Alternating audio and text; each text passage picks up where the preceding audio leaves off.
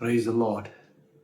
தெய்வமே, இந்த காலவேளையிலே உம்மை முழு இருதயத்தோடு ஆராதிக்க வந்திருக்கிறோம். நாங்கள் உம்மை வாஞ்சிக்கிறோம். உம்மை நாங்கள் வாஞ்சிக்கிறோம்.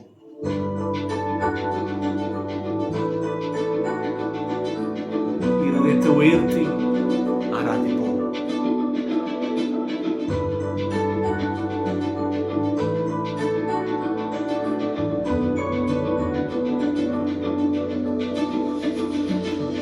முழு இதயத்தோடு உம்மை துதிப்பேன், உன்னதமானவரே.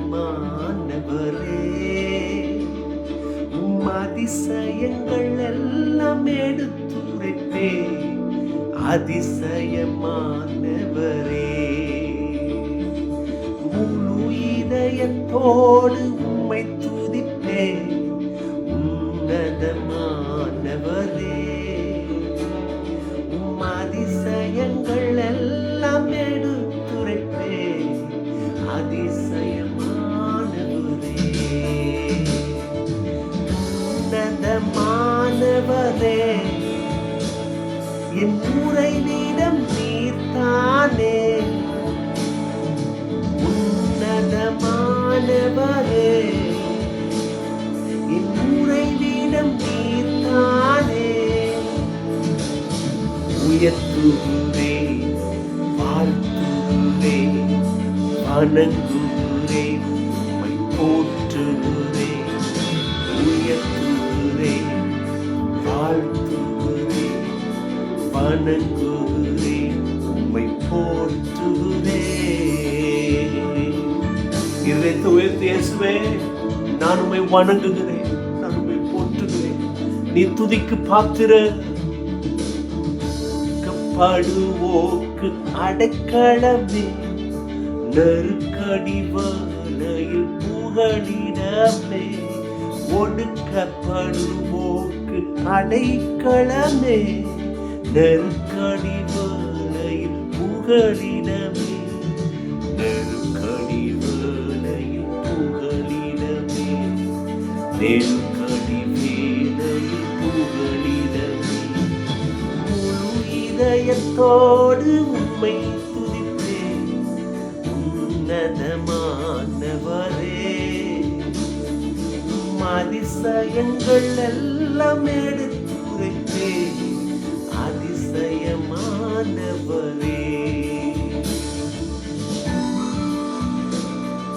இயேசுவே, நான் உம்மை எடுத்துரைப்பேன், உமது அதிசயத்தை சொல்லுவேன், சொல்லி சொல்லி பாடுவேன். நீ மதிப்புக்குரியவர், நீ துதிக்கு பாத்திரர். அதிசயங்களை விவரிப்பேன், உம்மை ஆராதிப்பேன். இன்றைக்கும் இந்த கால வேளையில உம்மை தேடுகிற ஒவ்வொரு உள்ளத்துக்கும் நீ போதுமானவராக, ஏராளமானவராக, தாராளமானவராக இருக்க போவதற்கு நன்றி. அவங்க உள்ளங்கள் காய்ந்து வறண்ட நிலத்தை போல இருக்கலாம், கண்ணீர் விடுவதற்கு கூட பலன் இல்லாமல் இருக்கலாம். ஆனால் உம்மை நாடி தேடி வருவர்களை நீர் கைவிடுவதில்லை. உங்களுக்கு கைவிடவே தெரியாதப்பா. இன்னைக்கு முத பிள்ளைகளை உயிர்ப்பிங்க, எழுப்புங்க, எடுத்து நிறுத்துங்க.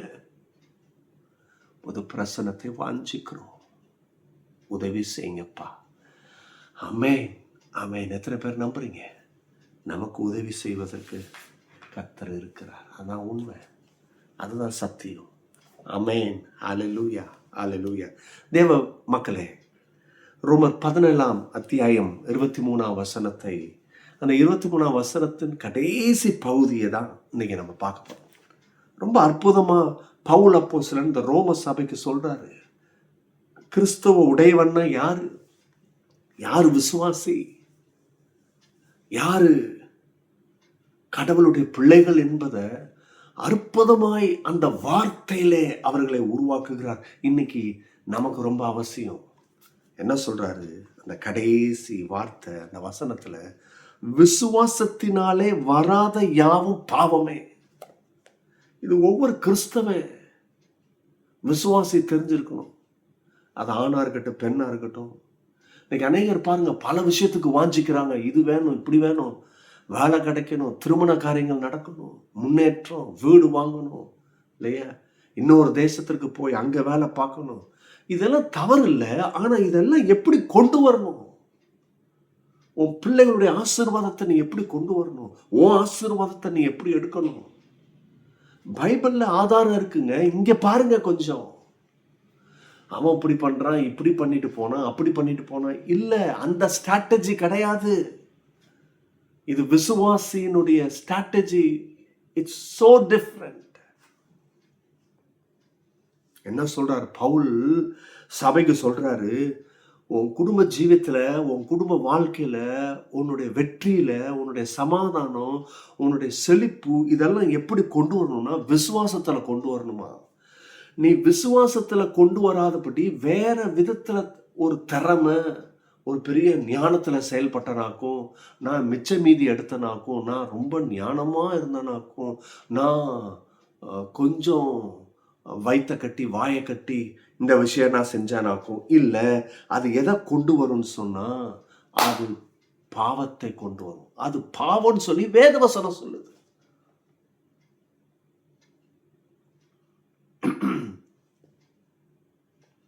எத்தனை பேருக்கு நான் சொல்றது விளங்குது? உங்க குடும்ப ஜீவத்துல கையாள வேண்டியது விசுவாசம். இந்த விசுவாசத்துல தான் வாழ முடியும். பல பேரை நான் பார்க்கிறேன், பல சாட்சிகளை நான் கேட்கிறேன். இந்த விசுவாசத்துக்கும் விசுவாசம் இல்லாமல் ஜீவிப்பதற்கும் அது பெரிய வித்தியாசம் இருக்கு மக்களே. அதை தெரிஞ்சுக்கிடுங்க. பெரிய வித்தியாசம் இருக்கு, பெரிய வித்தியாசம். அதனாலதான் பவுல் சொல்றாரு, அப்பா விசுவாசத்துல எங்கு விசுவாசத்துல நீ கொண்டு வா உன் குடும்பத்துல. இல்லையா? எத்தனை பேருக்கு நான் சொல்றது விளங்குது?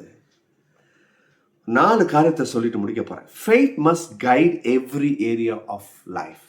விசுவாசன்றது அது ஒவ்வொரு பகுதியிலும், நம்ம ஜீவியத்தின் ஒவ்வொரு பகுதியிலையும் செயல்பட வேண்டியது. Faith is not only for prayer or church. விசுவாசன்றது ஊழியத்துக்கு அல்லது ஜபத்துக்கு இதுக்கு தான் இல்லை. இட் இஸ் ஃபார் எதுக்கு? முதல் காரியம் அவர் டிசிஷன், நம்முடைய தீர்மானத்திற்கு இந்த விசுவாசம் அவசியம். இன்னைக்கு என்ன தீர்மானம் எடுக்கிறீங்க உங்க குடும்பத்துல, அதுக்கு இந்த விசுவாசம் அவசியம். இந்த விசுவாசம் அவசியம். ஆமாவா இல்லையா? ஆமா. தீர்மானத்திற்கு அந்த தீர்மானத்துக்குள்ளதான் மாறுது பாருங்க. அந்த ஐடியா, அந்த ஒப்பீனியன் எல்லாம் வருது. அது டாமினேட் பண்ண ஆரம்பிக்குது. கடைசியில நம்ம வாழ்க்கையில விசுவாசத்துல திட்டங்களை கொண்டு வரல, உலக பிரகாரமா கொண்டு வரும். அது கடைசியில பாவமா மாறுது இல்லையா? 2வது, இந்த விசுவாசம் எங்க கொண்டு வரணும்னு சொன்னா அவர் வேர்ட், நம்ம வார்த்தையில விசுவாசம் இருக்கணும். கண்டதை பேசுறதுக்கு வாய் வைக்கல, கண்டதை பேசி தீர்க்கிறதுக்கு வாய் வைக்கல. இன்னைக்கு எதுக்கெடுத்தாலும் சில பேர் சண்டை போடுவாங்க பாருங்க. எதுக்கெடுத்தாலும் வைராக்கியமான வார்த்தைகளை திட்டுவாங்க, எதுக்கெடுத்தாலும் எரிச்சல் அடைவாங்க. ஐயோ மக்களே, உங்க வார்த்தையில விசுவாசம் இருக்கணும். விசுவாசம் இல்லாம நீங்க பேசுனீங்க, உங்க அறிவுல பல வித மக்கள் பேசி கையாண்ட விதத்துல நீங்களும் கையாளுவீங்கன்னு சொன்னா அது பாவம் என்று சொல்லி வேதவசனம் சொல்லுது. பவுல் அப்படிதான் சபையை கட்டுறாரு. நான் இன்னைக்கு சபையை கட்டுறதை பத்தி பேசிட்டு இருக்கிறேன். சபைன்றது என்ன? குடும்பத்திலிருந்து தான் சபை ஆரம்பிக்குது. உங்க குடும்பத்தை பவுல் அப்போஸ்தலன் சொல்லி தந்த விதத்துல கட்ட நீங்க பிரயாசப்படுங்க. கர்த்தர் இதை தான் விரும்புறாரு. வார்த்தையில அங்க விசுவாசம் இருக்கணும். கண்டதை பேசுறதுக்கு வாய் வைக்கலங்க, கரெக்டா பேசுறதுக்கு வாய் வைக்கப்பட்டிருக்கு. ஏன்னா எப்படி அவர் பேசி பேசி இந்த உலகத்தை சிருஷ்டித்தாரோ, மனுஷனும் அப்படி பேசி பேசி அவன் சிருஷ்டிக்க வேண்டும் என்பது கர்த்தருடைய திட்டம். இப்ப இந்த பேசுறதுக்கு என்ன அவசியம்? இந்த விசுவாசம் அவசியம். அவர் பேசுறதுக்கே அங்க விசுவாசம் தேவைப்பட்டது. ஆகவேதான் விசுவாசித்து தான் அவர் சொல்றாரு, வெளிச்சம் உண்டாக கடவுது, வெளிச்சம் வந்தது. இப்ப அப்படிதான் நான் பேசணும். ஹலோ, இருக்கிறீங்களா? மூன்றாவது அவர் ரிலேஷன்ஷிப். இன்னைக்கு உறவுகளில் ரொம்ப முக்கியம் விசுவாசம். இன்னைக்கு அநேக திருமண வாழ்வில் பணம் இருந்தா ஓகே வாழ்ந்துருவேன், அழகு இருக்கணும், எல்லாம் அப்படியே கை கூடி இருக்கணும், அப்பதான் அந்த உறவு. இன்னைக்கு நிறைய குடும்பங்கள் பாருங்க, அவங்க உறவுகள் அப்படி கொஞ்சம் எதுல கட்டப்பட்டிருக்குன்னு பார்த்தா அங்க பண ஆதாரம் அது இது எல்லாம் இருக்கு. அதனாலதான். ஆனா ஒன்றுமே இல்லை, அந்த சில விஷயத்துல பற்றாக்குறை, சில விஷயம் ஒரு பேசிக்கான லெவல் தான் இருக்கு. ஆனா அங்க உறவு பார்த்தீங்கன்னா தடுமாறுது. அப்ப எப்படி ஆயிப்போச்சு? உறவுன்னா எல்லாம் இருந்தாதான் உறவுன்னு ஆயிப்போச்சு. எல்லாம் இருக்கணும், வேண்டியதெல்லாம் இருக்கணும். வேண்டியதெல்லாம் இருக்கிறதுக்குன்னா அப்ப எதுக்கு கத்தர் உனக்கு அவசியம்? சரி, வந்ததுக்கு அப்புறம் கத்தரை விட்டுறலாமா? இல்ல. அது எப்படி விட முடியும்? விட முடியுமா? அப்போ அவர் என்ன நிரப்புகிறார், என்னை நடத்துகிறார் என்று சொன்னால் என்ன உண்டாகுது? அவர் என் ஆதாரம் என்று உண்டாகிறது. ஆகவே நான் ஜெயம் எடுத்த பிறகும் ஒரு விசுவாசி அவரை விட முடியாது. அப்ப கவனிங்க, உறவுக்கு ரொம்ப அவசியம் இந்த விசுவாசம். உங்க உறவுல விசுவாசத்தை வைங்க, விசுவாசத்தை வச்சு ஆரம்பிங்க. இன்னைக்கு அநேக திருமண வாழ்வு அழகு, பணம், சில விஷயங்கள், கவர்ச்சி, இதுதான் இருக்கணும்னு, அதெல்லாம் இருக்கணும்னா, ஆனா அது டாமினேட் பண்ண முடியாது. அது டாமினேட் பண்றதுக்கு நீ வாய்ப்பை கொடுத்த ஜோலி முடிஞ்சு போச்சு. டாமினேட் பண்றது அந்த விசுவாச உறவு இருக்கணும். உனக்கும் கர்த்தருக்கும் உறவு இருக்கணும். அதுலதான் இதை நீ செய்ய முடியும். அதுதான் இது ஆரோக்கியமா இருக்கும். அதுதான் இது குடும்பத்தை உண்டாக்கும். அதுதான் கிறிஸ்தவ குடும்பம். கடைசியா அவர் ஒர்க் அண்ட் மினிஸ்ட்ரி, நம்முடைய வேலை, ஊழியம் எதுவா இருக்கட்டும், விசுவாசம். விசுவாசம்தான். விசுவாசத்துல தான் நீ அதை கொண்டு வரணும். ஊழியத்தை எதுல விருத்தி அடைக்க செய்ய போற? விசுவாசத்துல. உன் வேலை, உன் பிசினஸ், உன்னுடைய ஒர்க் ஸ்டேஷன்ல உனக்கு வேண்டிய கிருபை, நீ விசுவாசி முத. கர்த்தரை நம்பு.